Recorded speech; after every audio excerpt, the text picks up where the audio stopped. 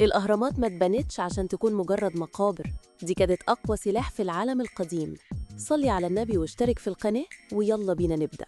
القصة بتبدأ بعد بناء الأهرامات بقرون، لما كانت الحضارة المصرية في أوج قوتها.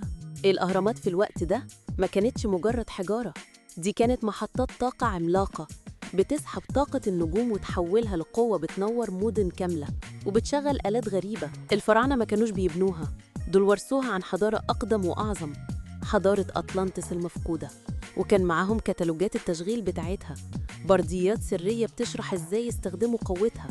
لكن النور ده وصل لأماكن بعيدة في الكون، أماكن مظلمة، وصل لكائنات فضائية متطورة بتدور على مصادر طاقة جديدة عشان تغزو بيها المجرات.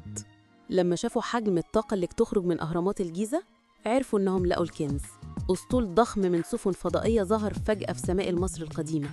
ما كانوش جايين في زيارة ودية،